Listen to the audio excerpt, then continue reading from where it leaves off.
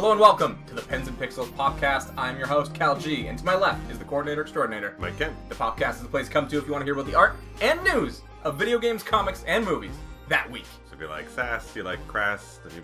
Oh, crap. Don't give the podcast a pass. There we go. Not as spicy this week, more just, it's probably just like a habanero pepper, not a ghost pepper, but it's still spicy as all hell. So this week, we're going to be talking about the news you need to know as per usual, and then after the break, we're going to be doing with Destiny 2 having its reveal this week, a lot of people are talking about how it just looks like an expansion, and other people are trying to defend this and saying that that's what they want out of a sequel. So in the second segment, we're going to be talking about what makes a sequel great, with Destiny 2 kind of being the launch pad. Yeah. And right before the break, we're going to be doing a little Road to E3 segment, where we're going to be talking about people's predictions and hopes and dreams and ridicule them. Ridicule many of them. No Jade Cocoon. No Jade Cocoon, no Devil May Cry 5, but Devil May Cry 5. Or Skate 4. Skate 4? Fuck off. Skate 4 is a legitimate possibility. You never know. No, it's not. Alright, so is there any housekeeping this week, Mike? Yeah, so just as usual is to pay attention to the OJam that's coming up. It's the Ottawa Game Jam, just to be sure to tune in with us when that happens. That's going to be on the weekend of the 23rd and going over 48 hours. So we'll give you guys kind of like live updates of the whole thing. So I just want you guys to be sure to tune in and check us out for that. Otherwise, just keep tuned in for the future events coming up and join us for our drink and draws on the second Thursday of every month. Sounds good. Mm-hmm. And for a little bit of pimping, there's a new service that you can sign up for a beta for called Podchaser. So if you're a podcast provider like us, you can go to Podchaser, and it's a community-based hub that gives podcast lovers and newcomers a central place to discover and follow podcasts by harnessing the power of user ratings on over 300,000 podcasts. Yeah. So you go to podchaser.com, you can click there and sign up for a beta where they're going to be testing everything out. And it sounds like a really cool new podcast platform going on, which we're going to be a part of. We're not like partnered with them or anything. We have nothing to do with creating this actual thing. No. But it just seems cool. It seems like a new place you can actually go. Because as far as discovering podcasts go, it's tough. It's mostly word of mouth. Yeah, the market's very interesting. Like, podcasts have become a new and interesting forum. Everyone out there has a new way of getting a voice out there in the world. And despite, there being so many different portals, they're not really quite unified. No. In the way that, like, iTunes unified the music industry. That's the thing. I think iTunes is really the only place you can go to, like, browse a bunch of podcasts. Mm-hmm. And even then, it's only easy to find what they've featured. Yeah. Otherwise, you have no idea, like, really what's going on. So this is an interesting community, and we're really excited to give it a spin, and I hope you guys go out there and try the same thing. Yeah, for sure. So it's podchaser.com, and make sure to go check it out and sign up for the beta. Yep, I think the beta's launching June 11th, so you still have quite a bit of time before they launch. So get on it. And that's all. Time for the newsy news! Let's start off with some Marvel, Mike. Yeah, it's Marvel. Start with some Marvel shit. Marvel. So Kevin Feige, you always hear a bunch of different shit, right? Like, you always hear, I think as late as, like, November 2016, he said something like, it's going to be impossible to get all these franchises back together. All, like, Fantastic Four, X-Men, Spider-Man, like, getting them all back to Marvel, like, proper for the cinematic universe. And now, Kevin Feige's goal is to get all Marvel characters back. I think that was always his goal. I mean, yeah, that's the thing. You'd think it was always the goal, right? Yeah. But, like, he has said before that, like, I just don't know if that's going to happen. That's a lofty thing, because, like, right now, all of the other companies that are retaining any of the original IPs that used to exist, Venom, Spider-Man, X-Men, they're pushing hard to release content to retain their license, right? Mm-hmm. So, exactly. No one wants to give it up because superheroes are still hot. Yeah. Sony doesn't want to give us Spider-Man, even though Fantastic Four is a shit show that they can't make work. Yeah. They don't want to give it up. So it's just... X-Men is losing popularity rapidly. Marvel's attack strategy is working incredibly well. Yep. And yet they're still like, Dark Phoenix. It's like they're the last straw. They're like, the last good thing from the X-Men we still have. Yeah, even though we've touched on it in like 4 other movies. Yeah. We can't stop showing the fucking Phoenix. Like, fuck off. They're not giving it up. So I think this is a big claim. And if he was going to try and get them all back, you're talking like decades. Yeah, it doesn't seem like... Because the time for expiry for this shit is so long. For sure, yeah. Well, I mean, expiry, if, I think it was Fox lost Daredevil because they didn't make a movie with him. And I Yeah. think it was like 5 years or something. And they actually had like a production. They were trying to get it started, but then they were like, fuck it. It won't do anything. And then all of a sudden Netflix is like, here's one of our most popular shows ever. And they're probably like, fuck! But whatever. What would Kevin Feige be doing, like, get it back? Like, he's just, like, hanging outside the door the whole time. Just staring at them as they leave. Like, he just stands there and just gives them a look and just follows them. Then in the morning, same thing. His calendar just beeps. He's like, oh, intimidation schedule. He Yeah. just gets up and like... he just drives to, like, each studio and he knows exactly when they're all coming and going. Okay, so I'm going to read the quote here. I guess Hugh Jackman a little while ago said he wanted to... Oh, he said if he ever reprised the role of Wolverine, he'd want to do it in a Marvel movie with the Avengers or something. Yep. So when asked about that quote, he said that of course he'd like to see X-Men with the Avengers. He said, yes, of course. My goal is to replicate the experience that comic book fans have been reading in the books on screen, and we've been able to accomplish that beyond my wildest dream over the last 10 years. And certainly, including Spidey and Civil War and the upcoming Infinity War, is yet another dream that I didn't even dare to talk about publicly because I thought the odds were very slim. Yeah. So no plans beyond that for a few remaining characters that aren't already in the MCU, but never say never. Who knows what can happen in the future. So, I mean, here's hoping. I mean, I would love if they were all united under one umbrella, but... Have you ever noticed, okay, so everything we've ever reported on ever for anybody, whether it's Jeff Johns to any actor, you get, like, a mix of news. Like, oh, he did this, it was great. He did this, he was dumb. Have you ever heard bad news from Kevin Feige? No, he's always like a beacon of positivity. Does anyone ever go like, Kevin Feige, what an asshole, or like anything? No. It's just like he's just standing back and there's always this picture of him with his hands out, like, you know, beckoning out, just going, oh, because he's not doing anything wrong. I'm running the most successful movie franchise in history. and like I'm managing 20 to 30 different IPs, projects, and ideas, hundreds, if not billions of dollars, or $1 billion, really, at the end of the day. Yeah. And I'm doing it with masterful grace, perfect, like, concede to my fans, and releasing new and interesting takes and content, and hiring the best talent in the entire industry. I'm not fucking up anything. It's true. Like... He's really good. Yeah, like, I mean, there's no other human being I can think of in the entertainment industry who's doing that. Like, even Hideo Kojima, everyone worshipped as a god, but we spend most of our time making fun of him because he just keeps walking around saying stupid shit. Oh, yeah, and Hideo Kojima makes his fair share of mistakes and stuff like anybody else. Yeah, it's crazy. Like, Kevin Feige is just, like, literally I picture him like the god from Princess Mononoke. Like, every step he makes, just, like, new things grow behind him in grass and stuff. And he's just walking along and, like, the forest forms behind him. That means he's gonna die. He's gonna get shot in the eye. His neck just goes up really high, and then someone shoots off his head.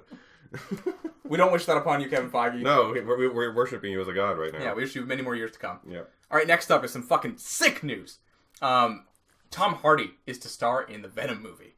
Did they confirm he is Venom? Yes, he's Venom. He's Venom / Eddie Brock. Oh, okay. So we know Ruben Fleischer is set to direct, who's the guy who did Zombieland. I think that's his biggest movie. Yeah, great movie. He's done a couple other things here and there, nothing really huge, and they all seem fine. No, they're good. They're not yeah, you're right. He's kind of an odd choice, like not someone who I'd be like, oh yeah, Venom for sure with him. But the weird thing about him with that though is that I've seen him tossed at so many things. How many times have you heard director of Zombieland will be working on?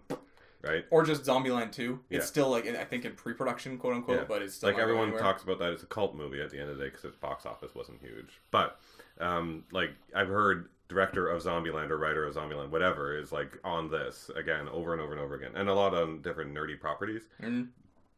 If this seems like this is all confirmed and going ahead, this is like the first time he's actually going to get a project out again. Yeah, seems like it. But, I mean, we've seen what he can do, and he's never done anything that's like, you know, Rotten Tomatoes, like 12% bad or anything. No, and Zombieland was a stylish take on the tropes of zombies and stuff, right? So, like, I'm interested to see what he could do. He's not who I would have picked, but I'm not, you know, scared of this pick either. I'm not like, oh, no, not that guy, but... The only thing I would say about that is, like, with him, because we'll get to Tom Hardy in a sec, is that most of his stuff contains that Zombieland tone. It's kind of like that dark comedy stuff. I kind of want to see what else he's done now. I looked it up the other day, but... Yeah.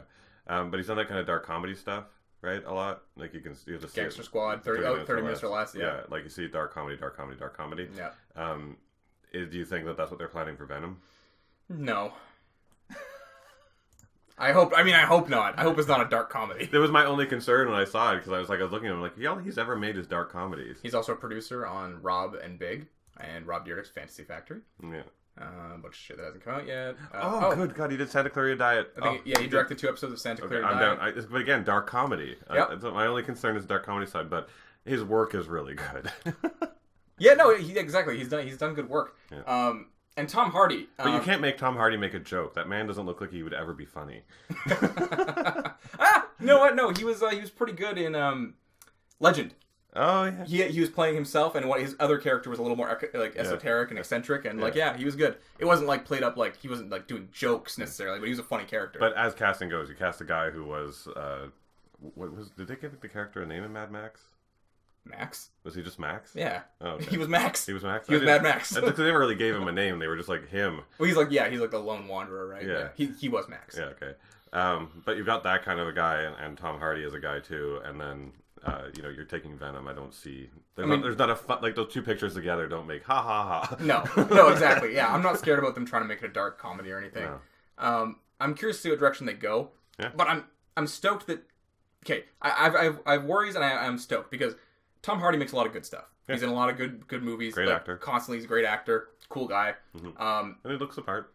He does. If you give him that like flat top cut that Eddie Brock has, he could totally pull off Eddie Brock. Yeah. Shave the beard probably, but he's big. Yeah.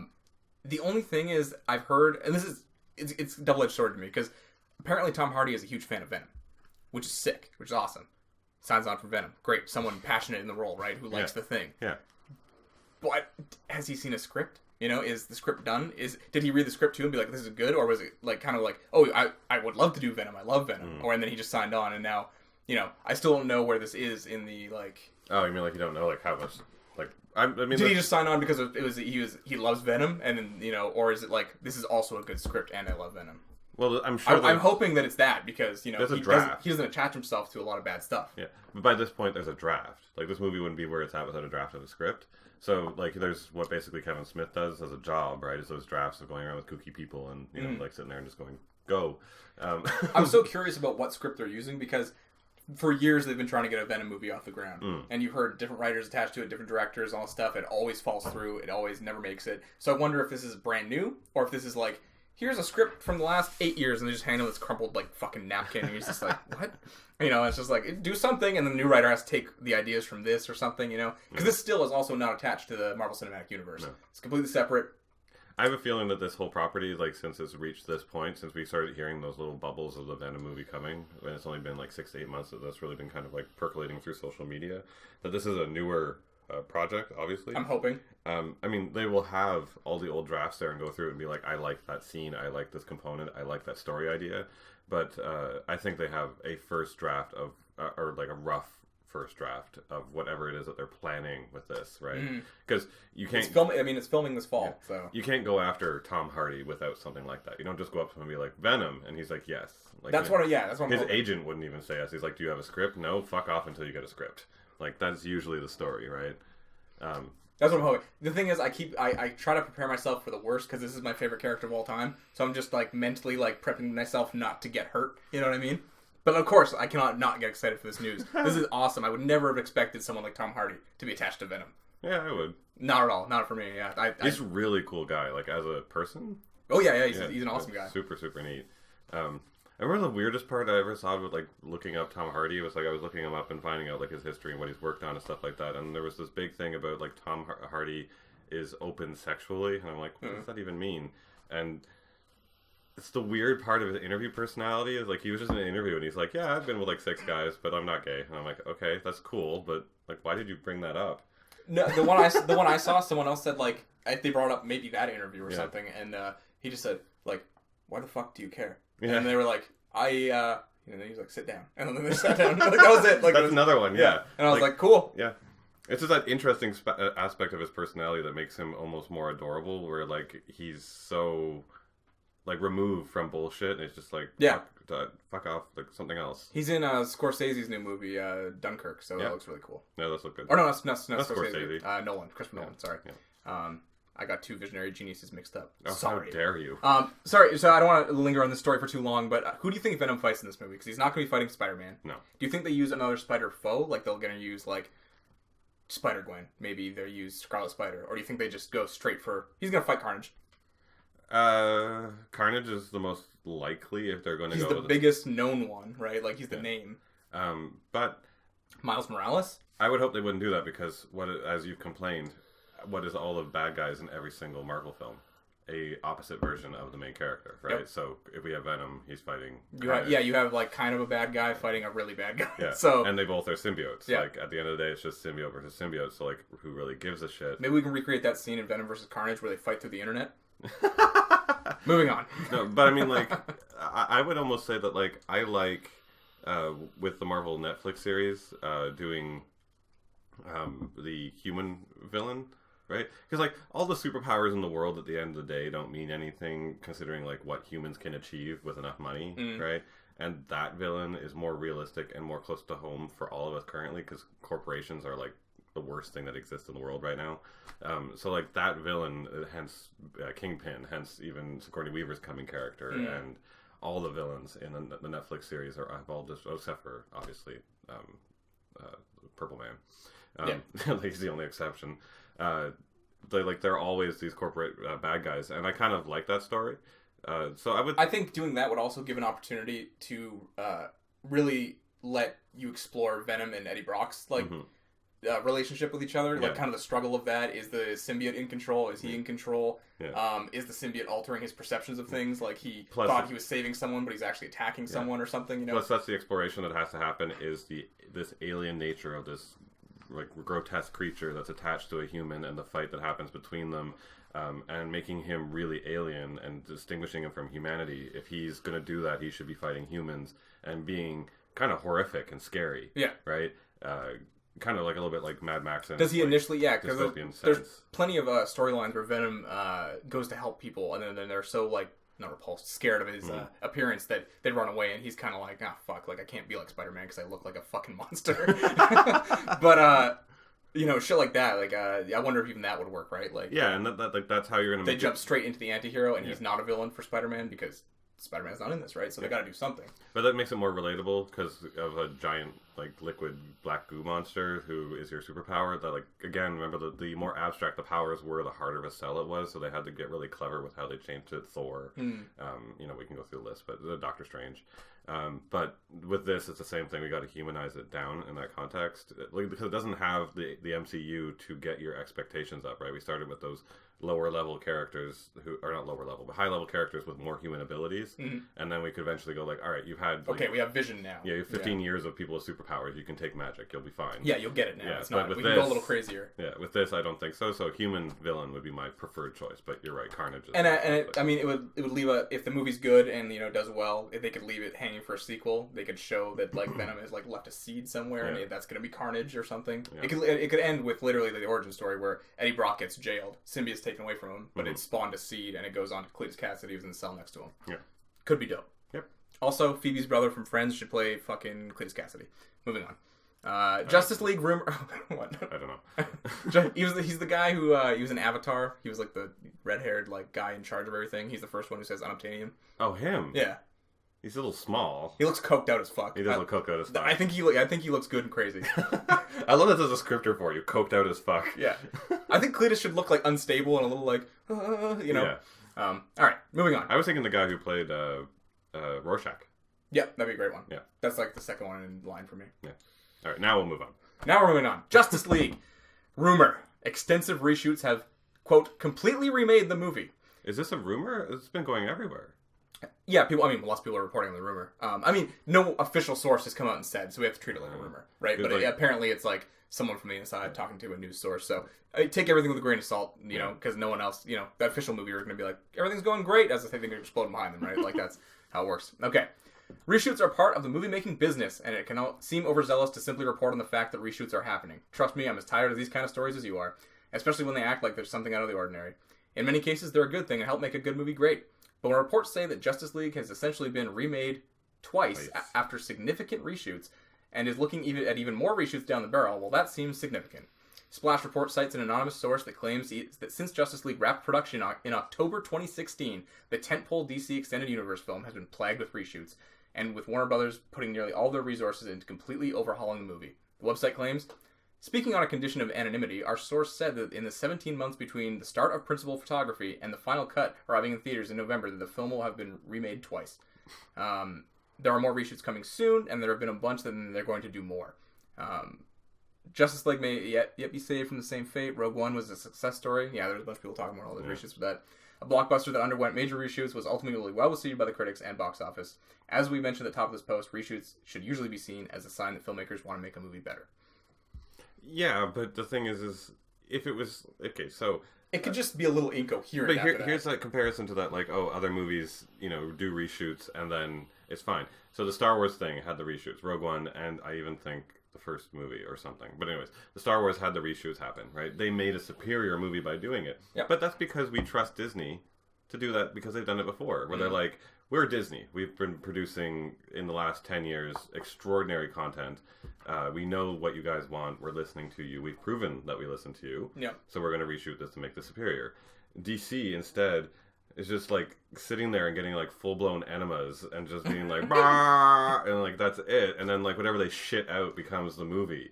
And then they're like, well, we got to redo it. And they just get flushed again and more shit pours out. Like, really, that's all we know. So in the DC context, because of all the other films that have had these reshoots happen and turned into shittier films afterwards, and then they go back and they're like, here's the reshoots and the original content. And everyone's like, why didn't you use that? Either way, I think I'm thinking of Suicide Squad. Without reshoots, that movie probably would have still been terrible.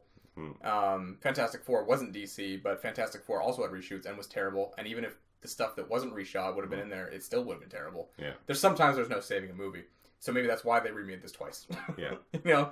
Maybe they took, it almost sounds like they were shooting it, they shot it, and then they started accepting the criticism, and they're like, okay, maybe we should redo that, and then this, and essentially they remade it, That's probably what it is. I can't even imagine what because the Ben Affleck's just like staring at his fucking phone, he's like, he's like, it's fucking DC again. He's like, what time? Yep. Oh, the full bat suit again. Yeah, oh no, okay, yeah, it's not hot in that thing.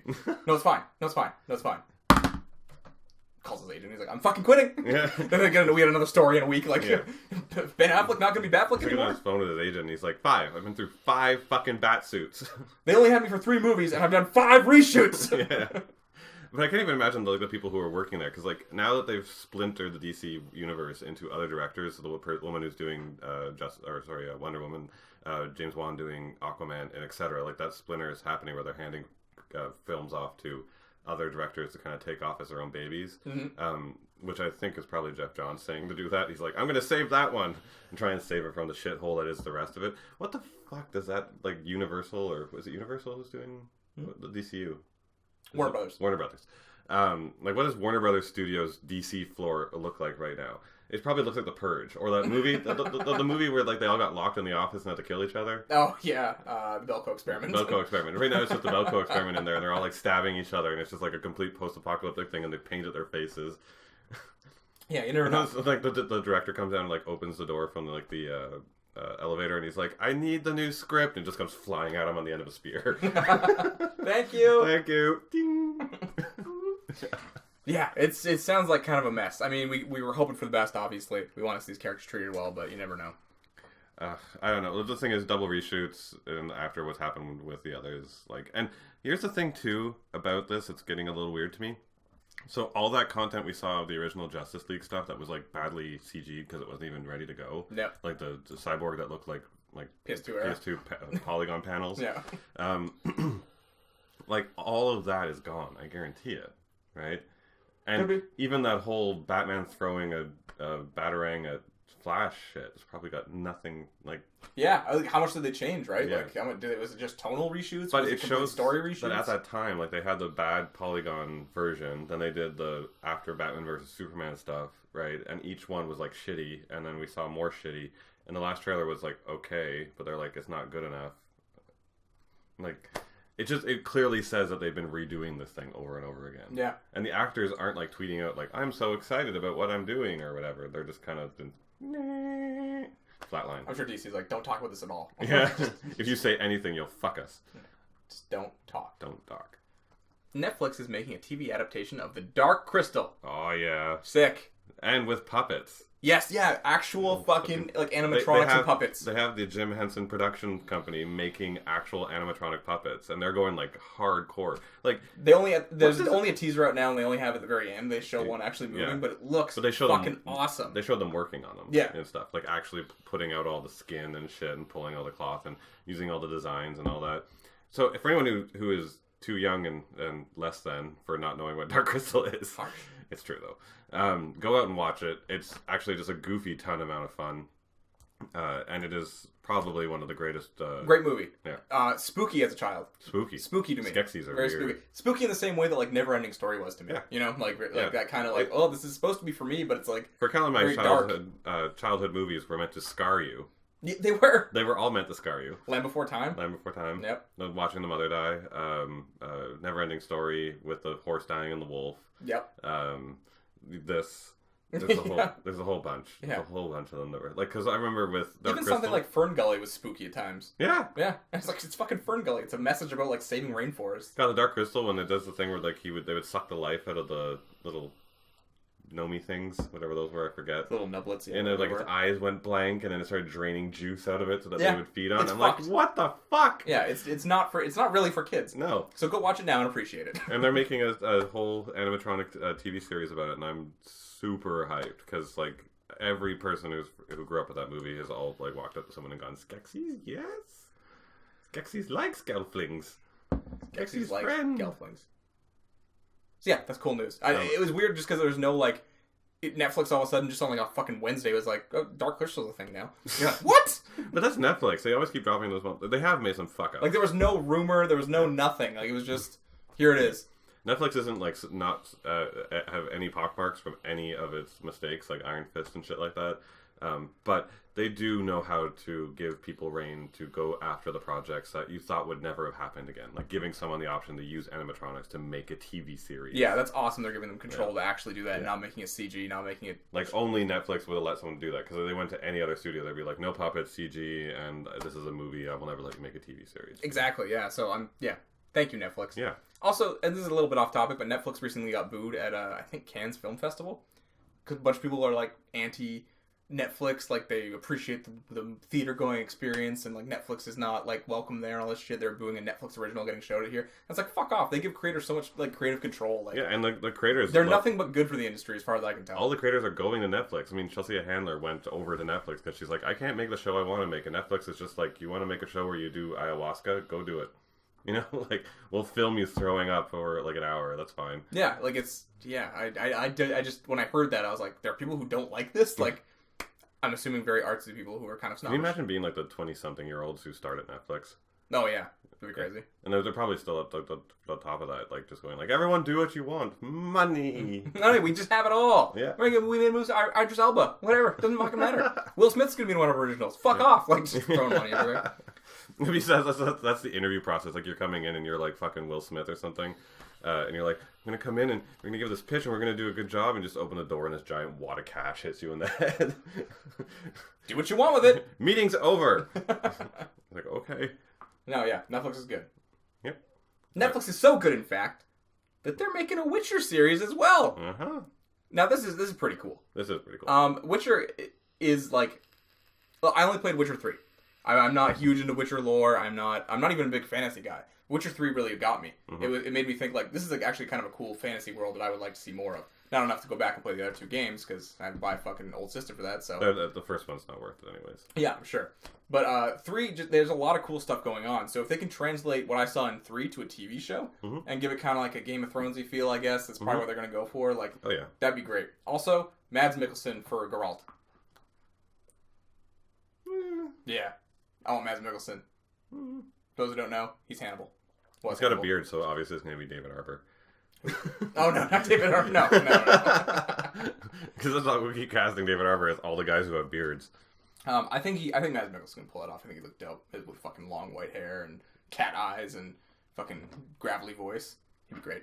Although I might not be able to understand a word he's saying. I was gonna say it's just the voice part. The neat thing about this is that the author of the Witcher books is actually on this, and actually on the episode you weren't on. It was the one I did with Geeksay. We reported on the fact that the author made like literally no money from the video games, which are very successful now. Because I think when he sold the rights to them, he was like, "Video games? Yeah, like whatever. No, that was just go for it. Whatever. I don't care." That was and then quote. Yeah, and then like all of a sudden it made all this money, and he's like, "I'm seeing nothing of this." I'm sure he's already like probably pretty wealthy because they're popular books in Poland, wherever it is. Yeah, but no, he, like wealthy in the context that he makes probably a good 6-digit income. But like if he was getting this shit, he'd be like riding jet skis over like pools of cash while like women threw themselves at him. Probably, yeah, it's probably true. Like, but it's neat because he's actually going to be involved in this with the writing, and he'll see residuals. So Yeah. Part of me also just thinks because he didn't get the money from the video games, he's like, gotta make it up somewhere. Yeah. Netflix is fine. Like everyone seems to love my shit. Yeah. So I'm interested to see that world brought to life by Netflix. That seems really cool. Yeah, it's gonna be great. Although, like right now, currently with the Netflix series and the HBO series and the Showcase series and all those like high-end series like Game of Thrones and stuff, there are a lot ever since Game of Thrones came out of medieval shows. There's like Vikings and fucking. There's like so many that are like modeled after Game of Thrones. For sure. But the big key is Game of Thrones has teetered away from magic a lot in it, and it's starting to teeter more in that direction because they're like, oh, magic's being reintroduced into the world, blah blah blah, and that's part of Game of Thrones. That's fine, but there's not a lot of visual effects behind anything. And like we said in previous podcasts, doing the medieval thing and getting magic right rather than a guy who just stands there and shoots lightning bolts or some shit is really important. So I would like to see them really kind of be loyal to where the game came from with it, and try and tie that in and put a budget. I mean, Netflix has the budget to put some fucking shit behind it. For sure. And Witcher has like fucking normal mages, fire mages. Yeah. They got fucking dwarves. They got everything you can think of. Yeah. Everything has antlers. And great monster designs, a massive amount of monster designs. Yeah, that's what I'm really hoping. I'm hoping this is just like the monster show, and we get to see him just being a fucking bounty hunter like half the time. Instead, it's just a dog where they tied some wings on the back, and he's like a griffin. I'm like, okay. Let's get into the gaming news. Final Fantasy XII Remaster director says that fans will determine which Final Fantasy game is remade next. 9. Yeah.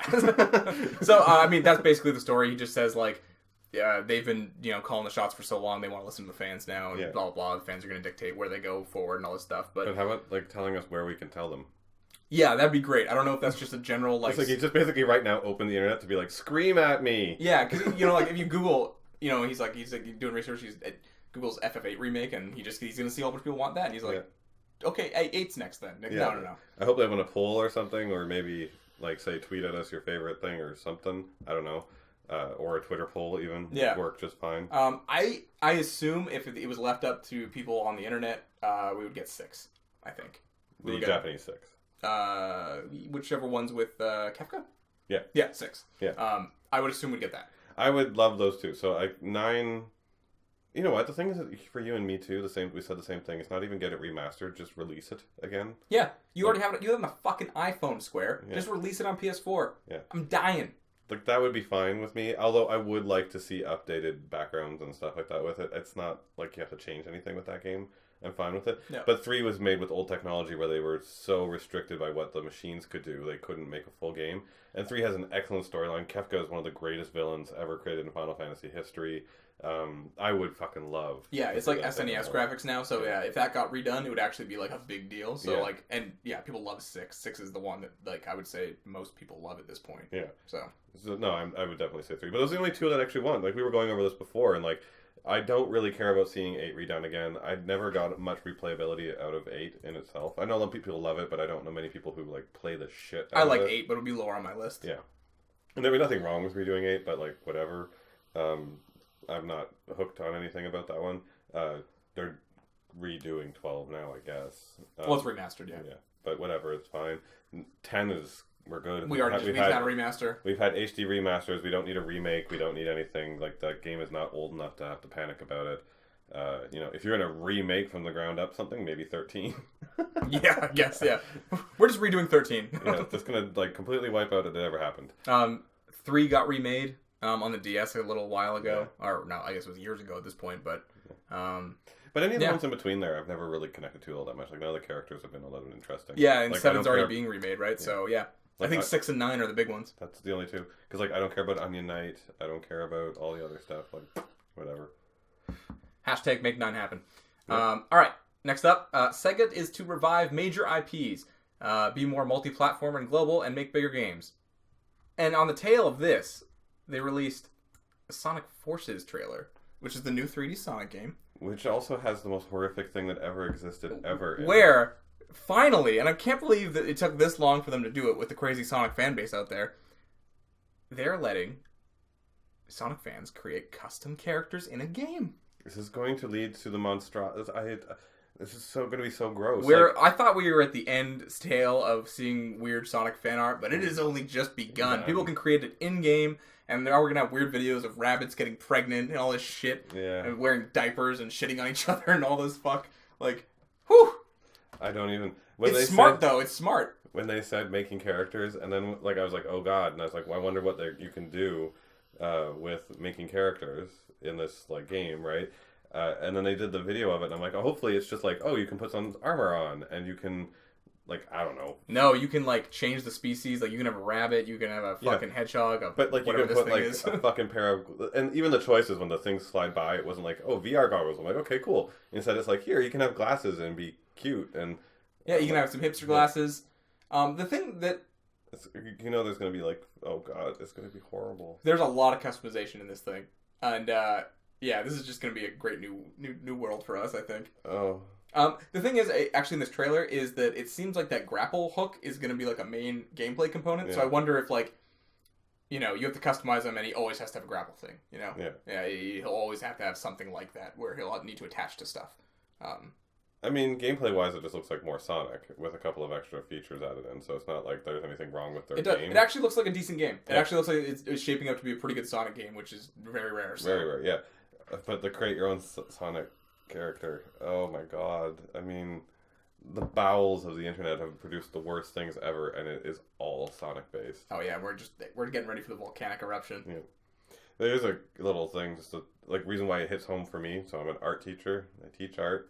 And I've taught art in other programs. I'm not going to use names or programs that this is from, but there are as many times in my program where students come in and they are Sonic fans, and all of their art is Sonic fans. Mm-hmm. And I remember I just had a little saddening in humanity for a moment where one piece came in and they were supposed to design a kitchen as their layout, and put a character in it, and they made a kitchen, and then they drew in Sonic or their Sonic character, and it was holding itself like it had to pee, and it was looking at the sink, and it wanted to pee in the sink. Oh, it's so... And it doesn't...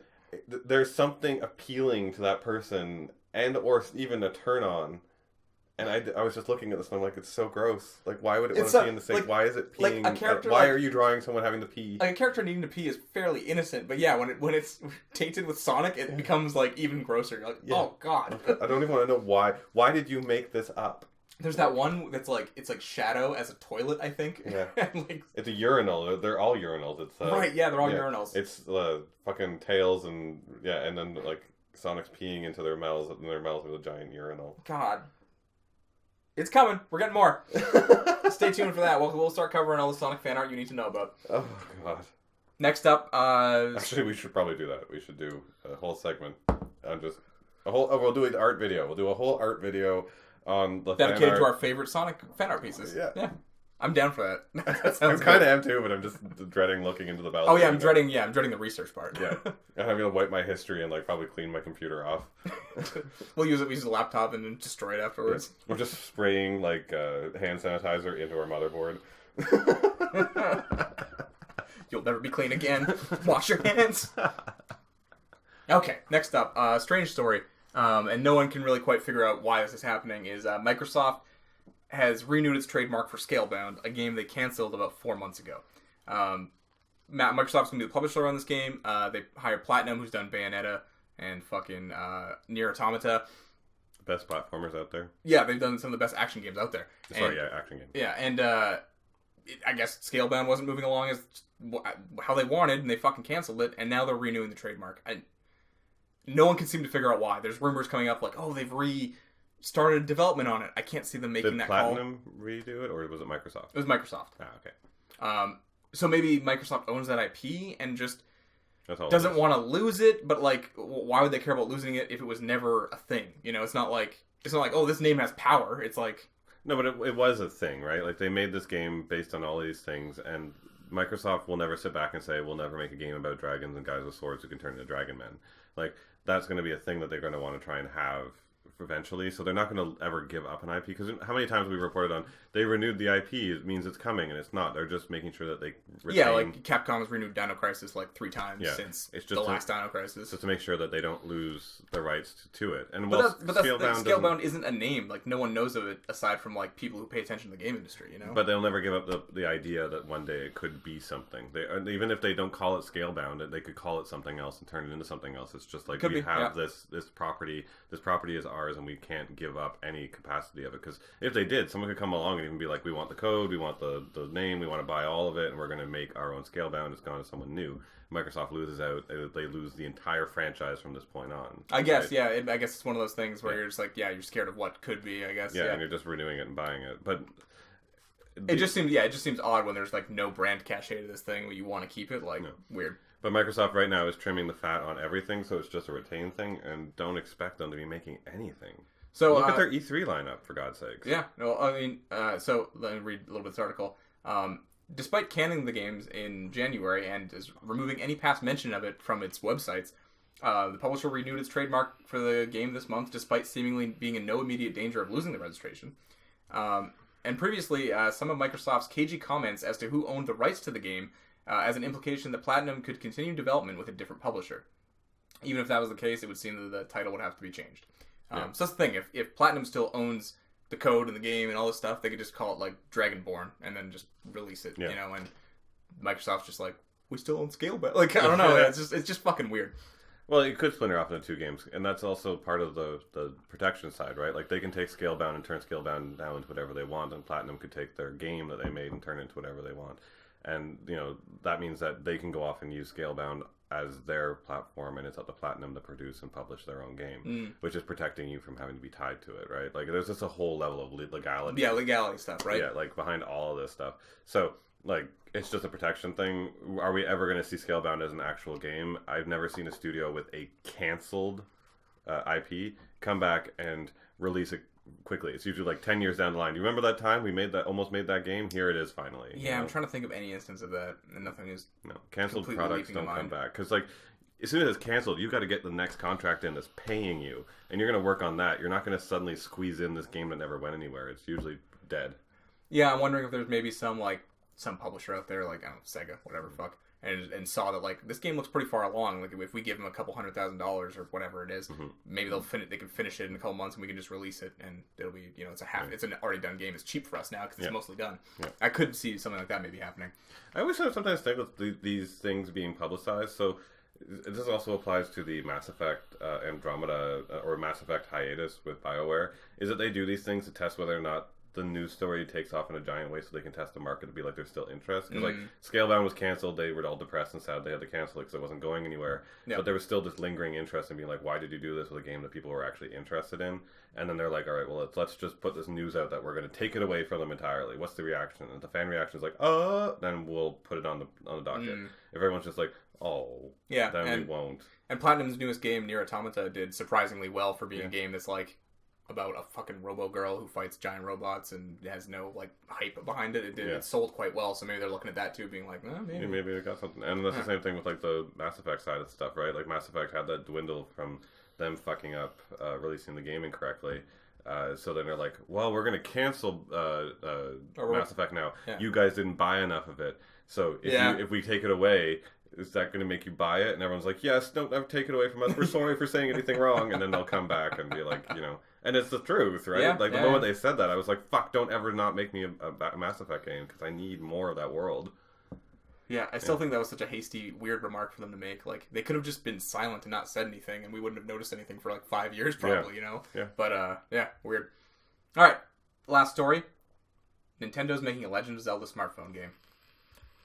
That's basically the story. The game is likely to be released following the upcoming mobile version of Animal Crossing, which is expected to arrive sometime later this year. And that's about it. It's going to be a mobile game where you ride the horses and cook things, I guarantee it. Think so? Yeah, I think that's it. Yeah, I can't imagine what they're going to do for Zelda. I don't really know what the... It's going to be the portions of Breath of the Wild. Everyone's like, I like taming horses for the whole game. And you're like, all right. Yeah, I just can't see... I mean, on a phone, you could do like a classic-looking, like, Link to the Past style game, but like, if it's just that, I don't know... Is that enough do people want that on the phone? Do people? I mean, with the Switch, maybe people want everything mobile, but like, or maybe they'll just have them climb surfaces. Because like the Mario game was a Mario game, and you jumped and that's true. Gathered coins. You know, it's not like they've been unfaithful. No. Animal Crossing is going to be an Animal Crossing game. You know, like Yeah. that's the thing. It's like I don't understand what they're going to do with Zelda though. No, because like again, remember with RPGs and having that like joystick controls, you don't have that on the phone. It's really fucking annoying. Yeah. So it could be something entirely different. It could just be, you know. I kind of didn't expect Zelda to come to the phones just because it would be such a like head scratcher. Like what do we do?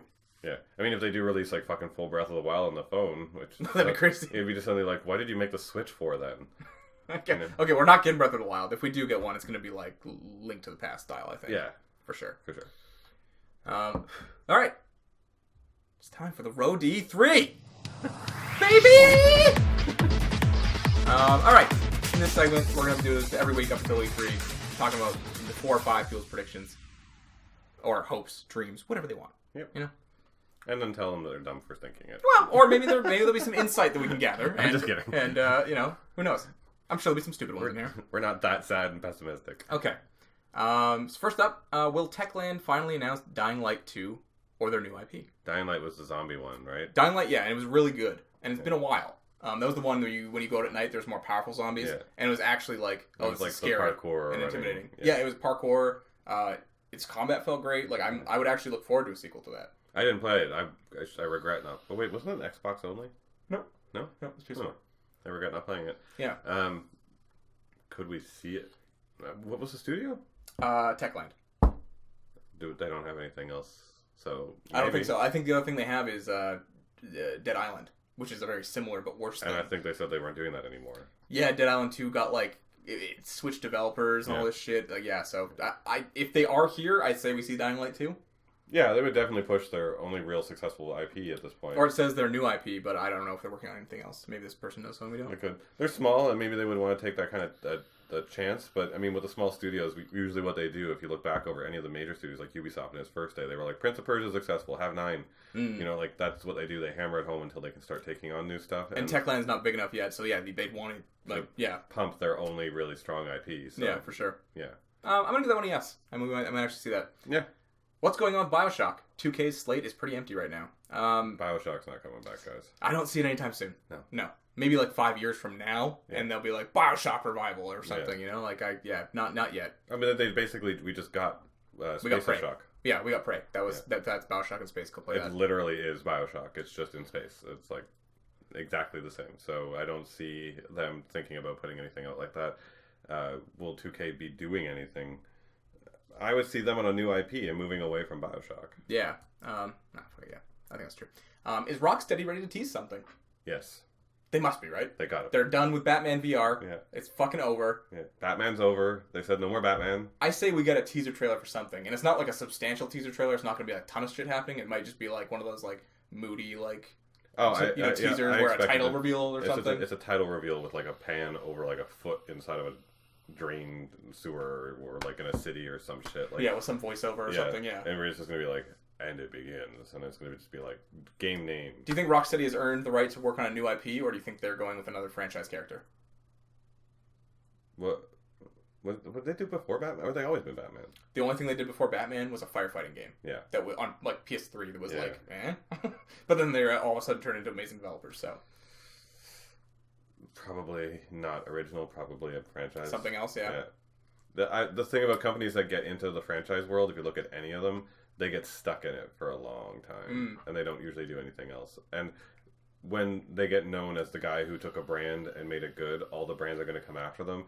And they want the monies. So, like, if you're sitting there and suddenly Marvel comes in and Disney comes in and it's like, hey, by the way, make us our Avengers game or whatever. I think they're owned by Warner Brothers, so it'd be DC. So it'd be another DC thing like Batman. Yeah, but, or whatever else comes out of Warner Brothers. Doesn't matter what it is, but it would definitely be another franchise. What's the next thing DC's going to try and pump up real big? Justice League game? Like, I don't know. Yeah, not really.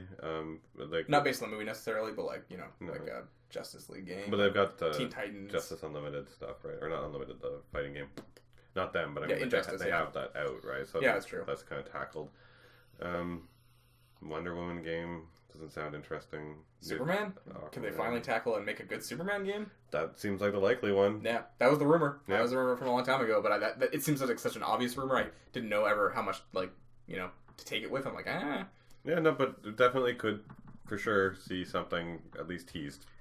Maybe hear something from Gearbox? Yeah, almost definitely. They're the people who make fucking Borderlands, and they need money because Battleborn did so poorly, so they need to make...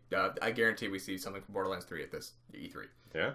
I think so. Because they've openly talked about it, many times. They've said, Borderlands 3 is coming. Yeah, we're going to make a Borderlands 3. I don't know if they'll see it yet, because they're probably behind on development, but maybe later. And are we going to see something from Hello Labs, who is the No Man's Sky developer? No. No. Absolutely not. They're going to go radio silent for the next, 8-10 years. Yeah. Yeah, can't see it. Can't see it happening. They're going to go. As a matter of fact, I think they'll probably rename themselves and restaff and try something different. Hello, we are Bonjour Games. The game industry said bonjour to us, but we are still here. They're not French. No, they're not. No, they just decided, we're going to be, arty and insightful and go with what we've done to you. We're now Goodbye Games. That's right. Because of what we've done forever now. Goodbye. Okay, next up, other person hopes Kingdom Hearts 3, Final Fantasy 7 Remake trailers, and a release year on at least one of them. We'll see Kingdom Hearts 3 footage for sure, guaranteed. I see that almost more than the remake stuff. I almost also think we will get the Kingdom Hearts 3 release date as well. It all seems to be like that. The transitions over to Kingdom Hearts 3 right now. The Final Fantasy remake stuff, they've been so tight-lipped about it. I don't think we'll see. I'm starting to doubt less on Final Fantasy 7 remake and more on Kingdom. I'm kind of dodgy on this one. I don't know about either. I really don't. I hope, but I don't know. I see Kingdom Hearts 3 there in some fashion for sure. Okay. Final Fantasy remake, have my doubts. I'll say no to both, and you saying yes to Kingdom Hearts 3. Yeah. Okay, cool. Dreams, Golden Sun 4. I'm sorry, man. No. Probably never gonna happen. No. Metroid Switch. If Nintendo wants people to be excited, the hardcore, they will get up and scream at a new Metroid. Yeah. It would be smart of them to do it. Yeah. I think. And I would hope that if the Switch, this is what they're going to do. They skipped 2 consoles on Metroid. Yeah. The Wii and the Wii U didn't have a Metroid on it. No, Wii U had one. I think, yeah, it was called Metroid Other M, and it sucked. Oh. It was by Team Ninja. Okay. And then Team Ninja went on to make Neo, which was great, so they just weren't trying. A new FromSoft RPG, which is the Dark Souls guys. Yeah. Everyone wants Bloodborne, or something from them, and I could see that happening now that Dark Souls 3 is done. Yeah. There are 2-team studios, so yeah, I think for sure we'll see something from them. Yeah. A new Ape Escape. Come on, man. Yeah. Come on. What are you thinking? I mean, maybe they're trying to. Maybe if Sony's trying to ride this, we did a Crash remake and or remaster. Maybe we're gonna do a Spyro one and an Ape Escape one. Maybe, but that's down the line. That's 4 years from now when they run out of shit. Should we rate these on how many Jade Cocoons it gets? It's a 2 Jade. Ooh, that's a 2 Jade Cocoon for sure. That's a 2 Jade Cocoon. Not completely unlikely, but pretty unlikely. It's pretty unlikely. Yeah. It's not a full Jade Cocoon. Okay, and then predictions. The only thing I'll end up getting from Hopes and Dreams is a Kingdom Hearts 3 trailer. Sony will continue to dominate with their press conference once again, but when Nintendo will deliver an impressive digital event with some solid Switch games. Yeah. Microsoft will do pretty good, but get overshadowed by PS4's non-stop onslaught of games, and more games during their press conference, just like last year. I think that the Switch stuff's going to be more interesting than what they've been doing with Nintendo over the previous years. But I still think that Nintendo right now is panicking that they don't actually have content for it, since there's no release dates for any games except for Mario Odyssey as an interest. So I think their whole thing is going to be look at all the things Mario Odyssey can do. We got I think we're going to get a big focus on Mario Odyssey. I bet there'll be a huge thing for Splatoon 2 because it's releasing right around then, either right before or right after. So they're going to do a big push for Splatoon 2. But I don't see new titles being announced at all. I just see them focusing on what's coming and just trying to hype that as much. No, I think they finally reveal a Metroid to us. They do it. No. I think this is the year they need to do it. Everyone says this stuff about Nintendo, and Nintendo never does it. No, I know, but I think this is the year. I think they'll be smart enough. I hope they'll be smart enough. Yeah. All right, next up, likely The Evil Within 2. I can see it. That's Bethesda. We said Bethesda does not have a lot on their plate right now. Yeah. So and they published that game, so yeah, I could actually see The Evil Within 2 coming along. Resident Evil 2 Remake is going to happen. I mean, yeah, it's already confirmed it's happening, but they actually haven't done anything for it. They just said, yes, it's happening. It'll be there. Yeah, I'm hoping this is the year. It's there. We get the trailer is going to be the opening cinematic to Resident Evil 2 redone beautifully. Yeah, that's what I'm hoping. This person is very realistic and says basically zero chance of Twisted Metal, but they want to see it. Nope. Perfect Dark. Nope. Yeah, really unlikely. And Banjo-Kazooie. Oh, No, I don't think so. Because Yooka-Laylee was received like pretty tepid, and I mean, they made money off Kickstarter. I don't know how well it sold after that. So unless there was a huge sales boom and Microsoft was like, well, we're missing out by not doing a Banjo game, like, I can't see Banjo-Kazooie coming back. No. I really doubt it. Okay. And last one for this Road D3. Hope, Etrian Odyssey 5, localization for October of this year. That's a weird one, but I don't even know what Etrian Odyssey is. I have no fucking clue what that is. I'm gonna look it up real quick Right. just to see what this person wants in their life. Is it an RPG? Oh god. Oh yeah, it's like a JRPG. Yeah, JRPG, super anime looking. Cool, sure, maybe. I don't know. Yeah. That girl's got titties. Dream, concrete details on the FF7 remake. Part 1 with a release date, gameplay mechanics, and or an announcement of another PlayStation All-Stars game. Well, here's the thing on the Final Fantasy Remake trailer, or if anything happens with Final Fantasy Remake, we're not getting a release date. You and I are probably on agreement on that. Yeah. Yeah.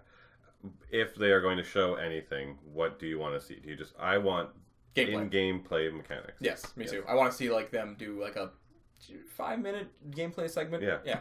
I want to see like... Of what the general mechanics, what I'm going to be doing in that game mostly. Not just that first 20 minutes of the game in the reactor. I want somewhere else. Yeah, which is all they seem to be showing so far. Yeah. But like, I desperately want that. Anything else, I would rather them not show anything and then come out later on with showing me what I want to see. I agree. An announcement of another PlayStation All-Stars game? No. I can't see it happening. Never. That game got such scathing like hatred, and then no one bought it, and they were like, "Sorry, we tried to steal." Unless Smash they're Brothers. like, "Here's number 2," and it's exactly Smash Brothers, and they have a bunch of guest characters, like they got fucking Cloud, and they got fucking just a bunch of things people would actually want to play. The character selection, but like, why did they pick the dumbest Sony characters they could possibly think of? They got some guest characters in there, and like that was like they got Big Daddy from BioShock and stuff, which is neat. But like, yeah, I don't know. Anyways, yeah, unless they have a new roster of a bunch of guest characters from a bunch of developers they work with, and they're like, this is basically like Capcom versus Konami versus wherever else, right? Like maybe they do something like that. Yeah. I can't see it happening though. No, that's very low. That's like a 3 Jade Cocoon prediction. I don't know. That's a 3. Or dream rather. No, that's a 1. I would never see them going back to All Stars. I would see this a dead franchise. Oh, you think? Oh, I was rating it on like out of 5. Like a 5 Jade Cocoon would be like, holy fuck, never gonna happen. Oh, yeah. 1 Jade Cocoon this is a pure Jade Cocoon, like never happened. Oh, I see. Okay, yeah. So 5 out of 5 Jade Cocoons. Yeah. Prediction: Sucker Punch announces what they're working on, but it's still way off. I don't know if it'll be way off. They've been working on this since... I think this is where they announce whatever they're working on. Yeah. We said that last time, right? Well, that's what they said. Sucker Punch announces what they're working on, but it's still ways off. Like, the I think game is ways I off. think it's like 8 months. Like they're going to come out. Yeah, I think this will be. Year. Yeah, no, I don't think like a Fallout type situation where they're like 4 months, but yeah, like early next year this is coming out. Oh yeah, no, I think this is Sucker Punch's day to come in and finally announce what's going on. Oh, and Bloodborne too, and that's the that's the theme of this fucking of this year. So that's it. Nothing too wildly outrageous there. I mean, PlayStation All Stars is kind of it sucks if you're a fan of that game. There was a couple of them we shot straight down. They were just like, "Sorry, dude." Yeah, I mean, nothing like DMC5 though. Nothing that's like guaranteed not to happen. If like we've done this before, but for this year again, we have never really for the last round gone over our true pie in the skies. And the things that you just wish would come back. And my list still hasn't changed. No, that's the thing. I think it's shit we always talk about, like Parasite Eve. I would love to see come back. Dino Crisis, I'd love to see come back. Yeah. Devil May Cry. You know? But for me, like a couple, like Okami, want that to happen again. Never happening ever again, probably. Yeah. New Dark Cloud would be really interesting. Right. Yeah. Like big ones for me in like the remake category, or also a continuation.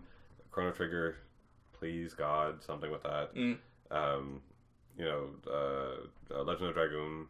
Like those ones again. Yeah, like, never gonna happen. I would love to see like a good Ninja Turtles game. Yeah. They just did that. Although my dream pairing happened and it sucked, so that. I had 2 dream pairings though. My one dream pairing is Platinum, who fucked it up, and the other one is Rocksteady making it. Rocksteady would do a good job because they already have like the good combat with when you were switching between Batman and Nightwing or whoever the fuck he's fighting with. Yeah. If you had that between all 4 turtles and you can set up combos, beating a bunch of fucking foot soldiers up, great. Yep. And that's it. That's it for the news and the road to E3. Coming up after the break, we're going to be going over what it takes to make a good sequel in this day and age. Did they make a good sequel? Well, what does it take, Mike? That's what we're going to explore. Come next.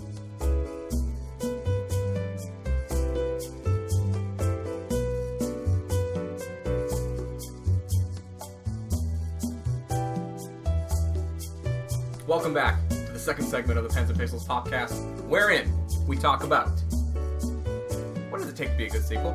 What does it take? And we're using Destiny 2 to kind of launch this conversation and talk a little bit about it. Because this week, Destiny 2 got revealed. It got its big Reveal trailer. Yeah, well, I mean, it had a reveal trailer before, kind of. It got its launch party kind of thing, right? Going, not even launch. What did it get? Gameplay reveal trailer. Gameplay reveal. There we go. Yeah. Got a gameplay reveal. And the community seems divided. Some people are, this is exactly what they wanted. More Destiny. Looks like more Destiny. Other people are saying it looks like DLC. It looks like an expansion. It looks like, all this shit. Yeah. But that split, I can understand both sides. And it brings up some interesting questions. And, I mean, Destiny in itself is a kind of special monster for this as well. So it's got its own kind of rules and things it's done that's going to make, like, what makes a good sequel. I mean, I feel like it was already a polarizing game upon release, right? Because even while I was playing it, I was addicted to it, and it felt really good to play, but at the same time, you're just thinking, this could be so much better, this could be so much better, this could be so much better. Much missing, yeah. So in the two camps, we've got obviously the people who like it and the people who don't like it, people who see it as expansions and the people who don't see it as expansion. Where do you fall? And just on an instant opinion for it, like my instant thing was I watched the reveal as it was happening. I was just kind of like, yeah, that looks like more Destiny. Like I wasn't disappointed by anything, but I wasn't like blown away either. My socks weren't blown off. I wasn't like, oh good, they're finally doing this or anything. It was just kind of like, oh yeah. It's the one thing was it does seem like they're putting more of an emphasis on story. Yes, in a good way. That was one of the where they're actually crafting it well, and it's not going to be cards on it. It's hard to be worse than Destiny 1. Yeah. It does seem like there's a story, so that's a big one. But to me, one of the things that got me was that it did seem a lot like an expansion, and that was basically because the trailer itself played itself out like the Taken King trailer, where it was literally the same list of content that matches up to what the Destiny to Taken King released. Mm-hmm. There's almost no difference in between the content that Taken King released and this, and they're calling it a new game. They're wiping out all the old game and starting you fresh, giving you a new game, and they're not giving you anything beyond what they did before.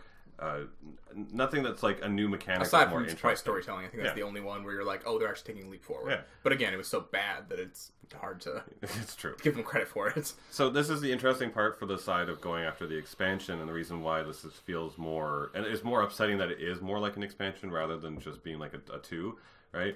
Because there is that argument that being like some games really at the end of the day just give you some new maps and some new characters and stuff like that and hand you the same game and just call it 2 because they just want more of that content. Call of Duties are good examples of that, and Halo is a good example of that. However, with Destiny, the first game before it released, they promised a much larger, much more complete game. Due to development problems, the game didn't get released as they were expecting or intending to. They released like half of that content at the end of the day. Not even just the story part. There was like entire mechanics that never got implemented, entire like worlds and levels and exploration portion of it that never happened. It was a small, tiny place, and a lot of different areas inside of Destiny that weren't existing.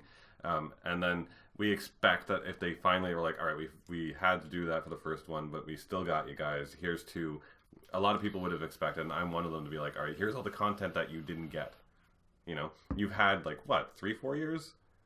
Yeah, it was 2012, I think. Yeah. 2013? To try and like release this content, you didn't have to remake your engine and make a whole new game. You just had to release that content, and we would have been like, okay, great. I didn't get any sense of that from anything they showed. So, as a really quick comparison to something they kind of hit on, is in a list of things that they released in the new Destiny 2 is a complete rework of at least 3 subclasses, right? A complete rework of the weapon loadouts, a entirely new story, which that's we said is one of the good things. Improved graphics. Did they really improve the graphics? Yeah, I think it looks pretty incredible. Like running on the PS4 Pro, the stuff we saw, it looks real good. Oh, to me, anyways. I mean, it's not like this noticeable like PS2 to PS3 era or anything, but it is quite good looking. I didn't really quite pick up on another jump, but it was pretty. Yeah. 4 entirely new locations, a slew of new strikes, a slew of new multiplayer maps, a reworking of the game currency, a reworking of multiplayer across the board, looking for group system, friendly AI characters during gameplay. That's a big one for me. That was a big. I actually was really happy with that because clan implementation as well, or whatever. Walking around and not having any of the world happening around us unless you went to the tower, and even then they all only had 4 lines. Like, that was really fucking annoying. Improvements now, activities can be launched, entirely new loot, and 3 new weapon archetypes. And I think they touched on something actually that I thought was cool. Was it sounds like it'll be easier for if you're just playing alone to do raids and stuff. Yeah, there's got a looking for group system. That's the looking for system. That is okay. Yeah, so that like if you're not a person who's part of a clan or whatever, like used to be like, all right, end game content isn't an option for me, and I'm not that kind of person who joins up with that kind of shit. But if you wanted to, you could put yourself into the system and get pulled in for someone who's missing a member, which is great. So you get a chance to actually play. So all well and good and awesome on that side. But if I take a look back at the Taken King and what they released, a complete rework of 3 new subclasses. That was in the Taken King. A complete rework of the weapon loadouts. It's not a complete rework in the weapon loadouts, but they did change it a little bit. An entirely new story. They promised in the Taken King an entirely new story with lots of interesting backstory and stuff like that. It in essence is true, but they did it. Improved graphics obviously doesn't count for that one, so they didn't do that one. 4 entirely new locations. They promised, I think it was 2 or 3 new locations in the Taken King. A slew of new multiplayer maps. They released a ton of new multiplayer maps in the Taken King. A reworking of the game currency. They reworked the game currency in Destiny 1 like every single other month. Like there's something like, oh, here's a new thing you have to collect. A reworking of multiplayer across the board. They've done some changes to the multiplayer as a Destiny the Taken King. Looking for group system didn't exist, so that is entirely new. Friendly AI characters is entirely new. Improvement to how activities were launched. They did change that. They had a new quest system that came up in Destiny, and all these new things that you could do quest-wise inside of the Taken King.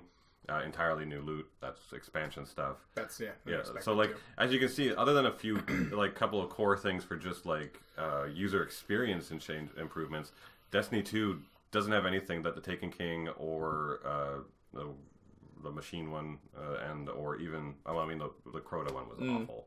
That wasn't an expansion even on its own. But that's where I come from, where I'm like, all right, this list is just the expansion list, and any expansion could have implemented even the extra systems like looking for group system, the friendly AI, or anything like that. I haven't gotten what I expect from a 2, right? And what do you expect from a 2? What would you have wanted Destiny 2 to show you? So you would have been like, like in any good 2 of a game, like even doing Mass Effect 1 to Mass Effect 2, they usually implement some new system. Something you hadn't seen before in the first one, right? Like, you could climb in this one, but in the next one, now you have this really cool grapple system. Well, even in Mass Effect 2, they like reworked the shooting to it because the first one was so like kind of janky. They did the over-the-shoulder Resident Evil 4 style, like good shooting system, and it really helped. And they're like, oh, here's a new whole wheel of how you select your abilities. Here's some sort of interesting. Even if sometimes with 2s they only give you one new mechanic, and it's like the whole focus of the game is that. That's fine. That makes a 2 for me. So let me play devil's advocate here. Yeah. Destiny 1's shooting is very good, and the core of what you're going to be doing in this game is also shooting. And I think they should. Is there an if it ain't broke, don't fix it type mentality of like, so they can't change the core thing. Yeah. Now there are a rework of at least 3 subclasses, right? That's going to introduce new gameplay mechanics, new strategies, new things like that. That is new. That is. Yeah, but they do that in expansions, and they have done it in expansions. Sure. Okay. So again, back to my question. What could they have done in Destiny 2 to like wow you? Because I don't even really know what they could have done to wow me. Actually, after reading this list, I'm like, yeah, and I'm kind of like, yeah, like they did a lot. Like it's, I don't know what else I would have expected exactly. So as a great like expansion, my favorite expansion from any online game I've ever played was World of Warcraft 2 Cataclysm, where the expansions were always just constantly like, here's a new class. Here's some new items and some new dungeons and a new story, right? Yeah. And you're like, great. Which is basically what you got. But then in Cataclysm, they added in this whole like instanced world thing where like every single time you did a quest, the world changed, and you could see the impact of every quest you did. And it could be like 6 quests, and every time you did one, it would change the world a little bit each time, right? That was an entirely new system implemented to it that made me play the game again.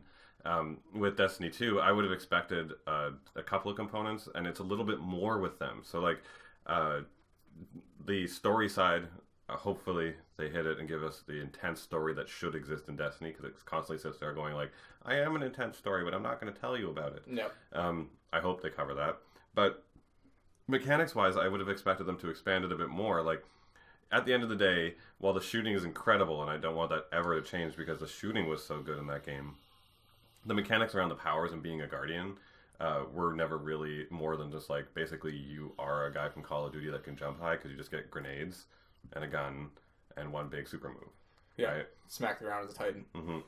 Throw a lob something as a warlock, or swipe something with, or shoot something or swipe something as a. Was it Hunter? Was it just faster shooting? No, it was the golden gun. It was 4 right. kill shots. Yeah. And then the Blade Hunter one was the lightning blades.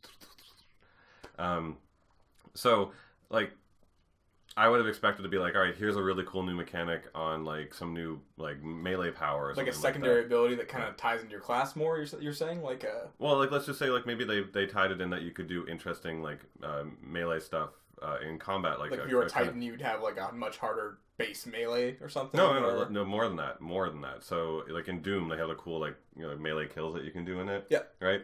Something a little bit more interactive in that capacity, right? Something like that, or a really cool, interesting new jumping mechanic, right? Rather than just like you can float or you can double jump, right? More interesting ways of teleporting, moving around the map. Maybe you have a character that can actually like blink forward and blink around and all that kind of stuff, and a new version of stealth and things like that. Like some new mechanic in that context. I would have really wanted something new to grenades rather than just a hand going out and lobbing something. I want like a power. I want this like to be like a mystic power that they have. So like change it around even just for visuals so that the mechanics seem different. That if a warlock, the one who's supposed to be shooting beams of energy from its fingertips, is not just swiping his hand out and lobbing something out. Instead, it's like actually like casting a whole thing, and it's like a beam instead, and it doesn't have grenades. Each class has its own very particular identity. And I've complained about this multiple times on every single one, is that the characters don't really have an identity outside of their super. So I wanted to, like, if a warlock existed, it's melee. Like the Stormcaller warlock melee was the only one that was really that different, where you used both hands and shot them both out in this like arc of lightning that went further than all the other melees, which would be its bonus, right? But then the grenade would be like, maybe warlocks don't really get grenades, but instead get like a beam that they shoot from their hand that creates an explosion in an area, or something else that they do that is their gain. Now, leads to balance problems and competitive and etc. Sure, fine, but that happens with gaming no matter what you do. I want to see those very particularly strong differences. And then on the world side, the thing I would really want is kind of what I don't know if they've accomplished or not, and that's like AI characters running around and doing stuff. People in the world making interactions and things that are going to change, seeing the change in implementation that I make on this world, finding interesting little places and things like that. I want to feel and experience this world.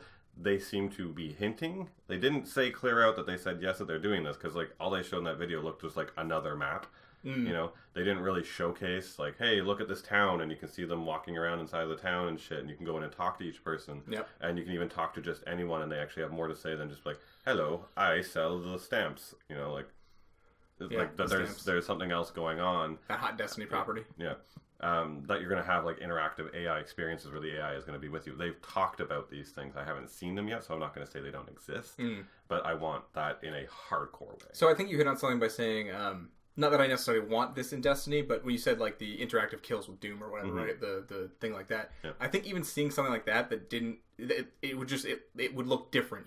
If in the gameplay video they showed like, yeah, he like pounced on a guy, stabbed him in the neck, got up really fast or something. Just something like that. It would have been like, oh, things are changed. There would have been like an obvious visual cue of like, things are different. There's something else going on here, rather than like, oh, it's a new environment, but like this looks the same otherwise. It doesn't need to have a mechanics change. A visual change can be enough. So, and that would be a small thing too, but like it would give the impression that like, oh, this is new. There's a other band of people who think that the UI looking extremely similar goes a long way with giving people the impression that it's again just an expansion. I agree. That's one of those things though. That's also like, if it wasn't broke, don't fix it. I like Destiny's UI. Doesn't mean it couldn't have had a rework, but yeah, but everything can be designed better. Like Destiny's UI isn't perfect. It's a good one though. It's definitely one of the best ones I've ever used in a first-person shooter. But you can even just toss a new skin on it. Another comment, I thought the original game was pretty weak overall, so just giving more of that isn't exactly telling me I need to jump into the sequel. That's a good point. Fair enough. The reason it feels like Destiny 1.5 and not Destiny 2 is simple. All those things you mentioned are mostly cosmetic and not necessarily vast gameplay differences. I agree with that. The things they added, like guided games, LFG game, matchmaking, and everything, those should have been in Destiny 1, even if they patched it in later, but never were. Destiny 2, all the mistakes that were made with Destiny 1 we fixed and added some new maps and new weapons, but the game looks the same. Enjoy. This other person poses a question. So why does Destiny 2 look like DLC, but Uncharted 2 or Borderlands 2 or Halos 2 or Mirror's Edge 2 or basically any other sequel doesn't look like DLC? No, they added these. Mirror's Edge is a good example. Mirror's Edge looks almost identical, except for very little prettier than the first one. But what they did add in the Mirror's Edge was that interesting physics combat mechanic, right? The way you could hit people to the side and stuff. Like running around and fighting in that game actually was a ton of fun. Like they had continuously spawning enemies that actually let you kind of like practice it out inside of the world. And you could like run along a wall and then like kick someone sideways in the head and they'd fall over the side of the building. And then like the melee would like always constantly keep changing depending if you were like ducked down and kicking up and like knocking people around and stuff or knocking someone into someone else. It was a little bit goofy at the end of the day, but it was very fresh feeling in just that component. The rest of the game was identical. So another thing, this person mentioned Borderlands 2 as well. Mm-hmm. And at first glance, I think that's a better game to compare it to because it's a first-person shooter. There's a loot-driven, mechanics, all this shit. And, Borderlands 2 even, they had a whole new world for you to explore. Yeah. They had 4 new classes, completely new classes. It wasn't just like, we took this one is still Titan and you're getting a subclass and all this shit. This was like 4 completely new classes.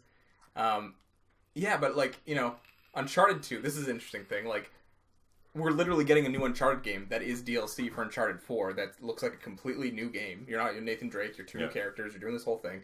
Like, that could technically be like some sort of sequel as well, but it is just DLC. The line is also blurring, I think, a little bit between these things, Yeah, well, I mean, DLC is getting bigger and bigger, right? Like, look at the Witcher patch that they did. That was like 30 hours of gameplay. Yeah, exactly. Right? Like, it's a whole new area to explore and everything. Like, and the new Uncharted patch that's coming, or DLC that's coming out, is like another 25 hours of gameplay or some shit, right? Yeah. And it's a new area. It's all new. It's no new reused assets. It's all new. Like, it's kind of crazy that that is a DLC now. Yeah. But that also, because we look at that as DLC and we're like, that's completely new and that's crazy. And then we look at this and this is a sequel and it looks like a lot of the same. That could also be giving us this impression of. But there wasn't any kind of so again, like Destiny's special because we expected more from Destiny 1. They told us in an honest announcement they didn't release all of what Destiny 1 was supposed to be, and Destiny 2 would be it. They told us that. Yeah. Yeah.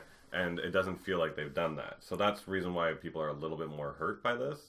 Yeah, and like I said, I'm a little more reconvinced that like they have done stuff, but like you said, like a lot of the stuff should have been done in the first game. Yeah. But they're fixing what was broke and they're not fixing what ain't broke. You know what I mean? Like they are. That's good. I don't want this strikes me as more of like a refinement sequel rather than a like Gears of War 1 to 3 are the exact same games with like refinements. It's like 3 plays the best because they refined it over 2 iterations, right? There's also the type of sequel that is completely different, like a Resident Evil 1 to 3, all sequels in the same game. Resident Evil 4 was a complete overhaul of like what that series is, right? And they continued on to that for a while and did Resident Evil 7, which is new again. So they couldn't have done. I mean, they could have, but like Destiny 2 wasn't going to be a Resident Evil 4 style. Like here's a whole new game, right? Like we weren't expecting that. I was never expecting that from Destiny. But I also kind of have to blame the trailer for this too, because like there's so many scenes in it that were just scenes that they or shots that they would use for the expansions. Like they showed them all the Guardians in the strike team running across a bridge and then jumping over the edge, and they all look like they jumped the same. They all had the same jumping animations, right? They all look like they moved exactly the same, right? Even with like Uncharted, the expansion and stuff, while everything still kind of looks the same, there was like all of these little new components that were just kind of saying like, hey, let's like look at this as kind of a fresh take. But then that's what I mean by the small things that would have made that improvement, like have a Warlock's jump animation be different. Yeah. Let's do some things that are slightly interesting and new because the pressure's on us as Destiny 2 to make something interesting. In multiplayer games, most of the time, every single character looks exactly the same when they jump, and they all look kind of dumb when they do it. But instead, let's get like the Warlocks to look like when they jump up, they don't even bend their legs, they float, right? And that's their thing. And then like with the hunters and stuff, right? They do backflips and shit. And I've had multiplayer first-person shooter games and also just first-person shooter games where the character does do a flip. The camera doesn't go whoosh around and have you get dizzy. It just has the character do it, which looks cooler to the players who are fighting against them, and it just looks kind of interesting and neat.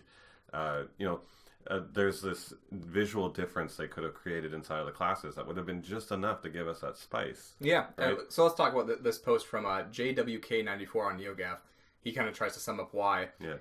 Clearly a different setting and look. That's the problem people have with Destiny 2. The visual identity is far too similar to Destiny 1. Yeah. Every Uncharted is Nathan Drake shooting stuff, or it wouldn't be an Uncharted game. That's its visual identity. However, with each subsequent entry, Naughty Dog is willing to tweak that visual identity to make it apparent this isn't the game you just played. Those tweaks could involve different art styles, way new areas, or something as simple as change to the HUD, which is the fucking UI. Yeah. This is most apparent in Destiny 2. A similar logic applies to the Call of Duty games, although to a lesser extent. They are all clearly Call of Duty, but unless you're visiting a vastly different setting, World War I versus 2 versus the future, they all maintain a largely unchanged visual identity. That's why everyone always says COD games look the same as the last one. Unless you're very attentive and bother to do a quick comparison, you'll probably think the same thing.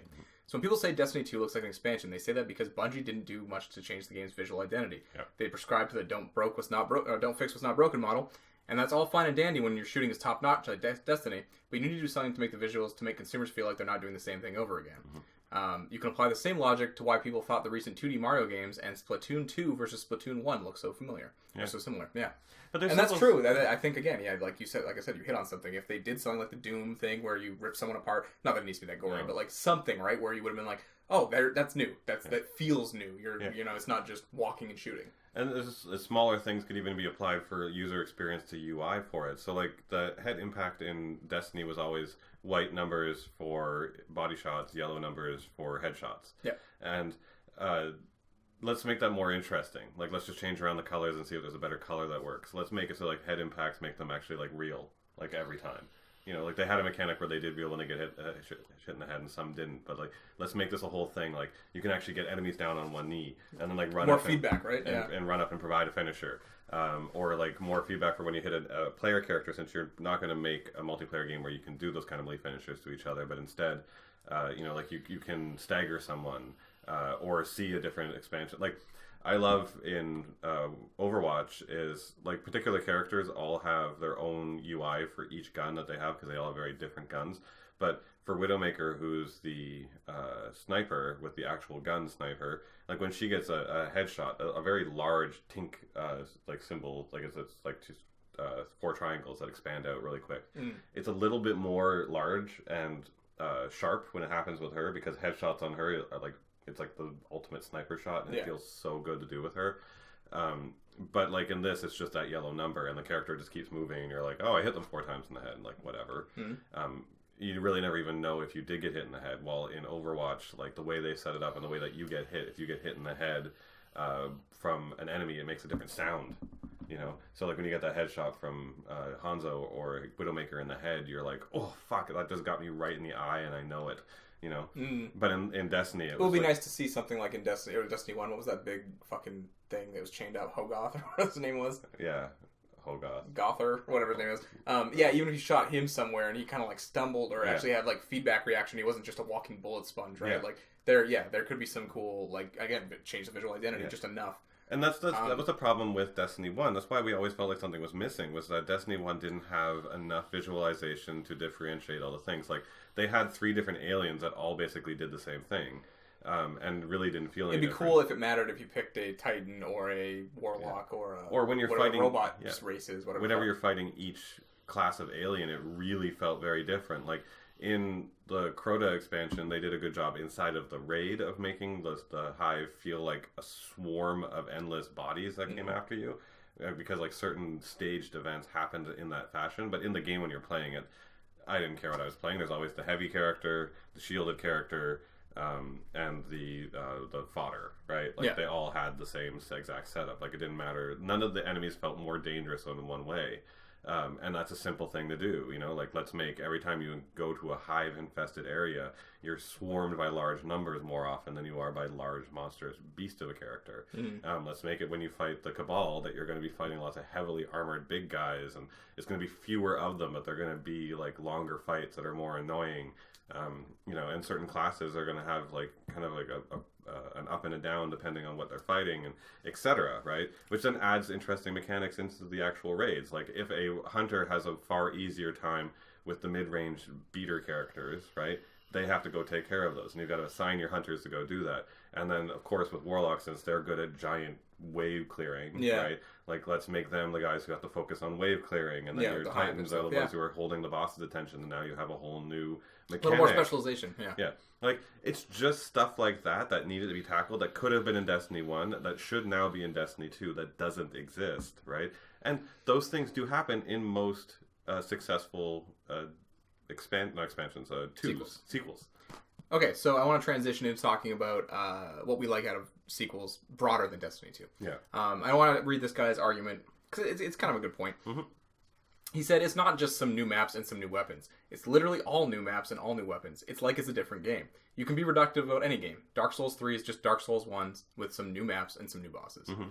And, he's not right. He's not wrong, Like, Resident Evil 1 and Resident Evil 2 play very similarly. You're just in different locations. And there's a couple different enemies, but largely the gameplay goes unchanged. Mm-hmm. But Resident Evil 2 was a fantastic game, and it rose above. You got, but he's not wrong. It was a new map and a new boss or whatever, what does make how is it different, It's being interesting in how you use that. So, like, Resident Evil 1 to Resident Evil 2, you're right, they're basically the same game. But then when you got into Resident Evil 2, they did, let's just make it feel a little bit bigger. Yep, right? it was, exactly. Like, not just a house, you're going to get more. You're going to get this lab. You're going to get a whole police station with a bunch of shit going on in it, right? Yeah. And then they were, clever with the mechanics that didn't change. They're like, all right, we're going to have a lot of stuff that's going to pop out at you. We're going to have... Here's some new ammo types. Yeah. Acid rounds. Yeah, shit like that. Here's an enemy that's going to be chasing you throughout the whole game, and it's this big goopy monster that's going to pop out. It's never even going to hit you, right? But it's going to just constantly chase you and give you a sense of fear, right? And that's good game design. It's like, let's use our mechanics and figure out how to just add the same, but different. Yeah, the same, but different. And then there's, like I said before, then there's also the big change from something like Resident Evil 3 to Resident Evil 4, where it's a complete overhaul. Yeah. And you rarely get those unless the franchise don't. has gone on for a very long time. Or in the case of Mass Effect 1 to 2, where it the first one was so janky that, 2 had nothing, it only had to improve. There was you could only go up from there, basically. Yeah. But Final Fantasy is the same thing. Final Fantasy was the same game for 9 games. Yeah, that's true. And they added in maybe one new mechanic where, this character has a thing where you press up, up, down. Kind of switch the way it works a little bit, but largely turn-based JRPG combat. Every single game, you expect to see fire, 1, 2, and 3, or fire, Firaga, and Firaga. Firaga. That's it. Yeah. You skipped one and you're like Fagaga, and then you're like Fagaga. Pretty much. That's what they do. Yeah, Fagaga. But we got the same thing every single game, but every single time they just they changed up the aesthetic of it and how you interacted with it, and it could have been in small things in conversations, or in certain games conversations actually started activating things that happened later on in the game, and that was a new thing, and you started feeling more included in the world felt more alive. If I talk to this guy now at hour 30, at hour 45, he'll actually come back to me and be in this spot. How cool is that? If you change positions. They didn't change any mechanic. They just did better design, right? Because they learned that people felt that the world felt stale and I didn't have any impact on it, but now they're making me feel like I do. So that's what Destiny 2 should have done. Because you're right. Everyone knows, and everyone, even the ones who are the naysayers, are admitting, Destiny 1 had among the best shooting I've ever experienced in a game ever. The feel of the shooting was just so good. So good. Yeah. But it was missing its design. And that's the difference between just adding new maps and new weapons. That's an expansion. But adding new maps and new weapons and making you feel like I've tweaked it enough to get this game to feel like it's more. You loved all of this. Here it is, and we just refined this design to add more, which in Destiny 2 should be AI characters, inclusive world. Because I think someone else said, and I think they were pretty correct, looking for group is great. Finding a clan, finding a guild, whatever. That's awesome for people who needed that from Destiny 1. But now you're, that's more of a quality of life improvement and not so much it doesn't directly affect the gameplay, how you're going to be routinely going about it, you know? It doesn't affect the moment-to-moment gameplay, let's say that. But yeah, I think this has actually been a really interesting conversation, kind of working this out. My opinion is kind of sway a little bit, like gone back and forth, and I'm like they did do quite a bit of stuff, but yeah, it is like very expansion like, and it is the visual identity thing, and we've kind of nailed it. That's the core difference. Not to give us too much credit here. They added content and didn't design it again. Mm-hmm. Destiny 1 was content without design, and they just added content without designing it. They didn't revamp any UI elements by adding new things like hit indicators or anything like that. They didn't change the motion or how your character even runs, right? Sometimes the difference between 1 and 2 for a game is just a new run cycle, and that makes you feel better because they run better. It's like, oh, yeah, you changed it. Yeah, again, it's just that little thing. Yeah. That little design, and it feels like Bungie just keeps ignoring its design and thinking if it's just about the content, as long as we provide content. It seems to be a lot about the if it ain't broke, don't fix it. Yeah. Which is, in one way, it's like, fair enough. Like, that's, I get it, but yeah. But it's graphic design 101, actually, and even user experience design 101. Like, you do have your core content that's correct. You're following all your rules that are correct. But just because you've done that once and your website suddenly gets old doesn't mean you just do it again with new colors. Yeah. Or a new tab. You have to go in and just tweak something, like make a square into a circle, and suddenly just make a little rounded corner here and there. Suddenly a new website, right? And that's your updated new website. New color scheme, or just something interesting that's a little bit different, but you don't need to revamp the whole thing. In the case of this, that's what it is. Yeah, they're providing things that they've offered before through expansion largely, and it does affect people's perceptions. It's interesting. Yeah. So just to close out this segment, I guess people know how we feel about Destiny 2 right now, but are you looking forward to playing it still? Do you want to still give it a chance? Are you looking to forward to seeing more D3? Like, where are you standing on at this moment? Actually trying it? I will not try it. I will not buy it because I don't see the point to myself. I didn't see the changes that I thought they would make. Like, they're so small and simple. They could have just literally we've always been saying, given us Destiny 1 with those little tiny design changes, and I would have been fine, right? They didn't really give that to me. However, I still don't know enough about what I was excited about them adding, which is AI characters, maybe towns and stuff like that. Is the world interactive? How much larger it is? And that, because I want to go back and explore that world. I don't care about the raid content and the looking for groups and all that stuff. I never really played Destiny for that. I don't care about more loot and more grinding. But if that component, when they explore it, really showcases off a heavy-duty story, I'm there. But if I see content at E3 or the next time they show it where it literally looks like you've got a hub, and that's where everything happens, and you go out into this world, and maybe there are 1 or 2 people out there that go, hey, do this strike mission with me 17 times, right? No thanks. You didn't accomplish your job. I'm largely dependent on if you play it or if my old roommate plays it. If you guys are both playing it, yeah, I'm going to jump in and play it. But either you guys are both like, or even one of you guys are probably like, no, I might be like, nah, okay. No. It's not exciting. I didn't get excited. That's the thing, yeah. And again, I wasn't looking at it like disappointedly. I think it looks cool, but like, yeah, it was very like, my socks remain neutral. Yep. They didn't retract, or then they didn't blow off. So your toes didn't curl up like the Wicked Witch. Yeah, nothing like that. It was all very neutral. I was just very whelmed. That should just be the whole title of Destiny 2. Destiny 2, whelmed. Harsh. I hope you enjoyed that conversation. I thought that was really interesting, actually. Yeah. To kind of like nail down like why people think it looks like DLC. So if you want to find me on Twitter, I'm at TheCalG. Mike is at Mike Kent Draws, and Pens and Pixels across all social medias. Pick your poison. Yep. And you can check us out on SoundCloud or YouTube or iTunes. Make sure to give us a subscribe or a like or a follow on any one of those. They really, really help. Be sure to drop us a comment on SoundCloud or iTunes or YouTube. Or subscribe to us on YouTube and leave us a comment, all that kind of stuff, so that we can get hearing back from you guys and that kind of participation. I'm losing good words. And if you want to email us, if you have any questions you want us to read on the show, our email is meetpensandpixels@gmail.com. It should be up on the screen if you're on YouTube, or it'll be down in the show notes if you are listening on any other device. Other than that, I guess that's it. Whelmed. Destiny 2. Whelmed. Pens and Pixels Popcast. Whelmed. Everything's just whelmed.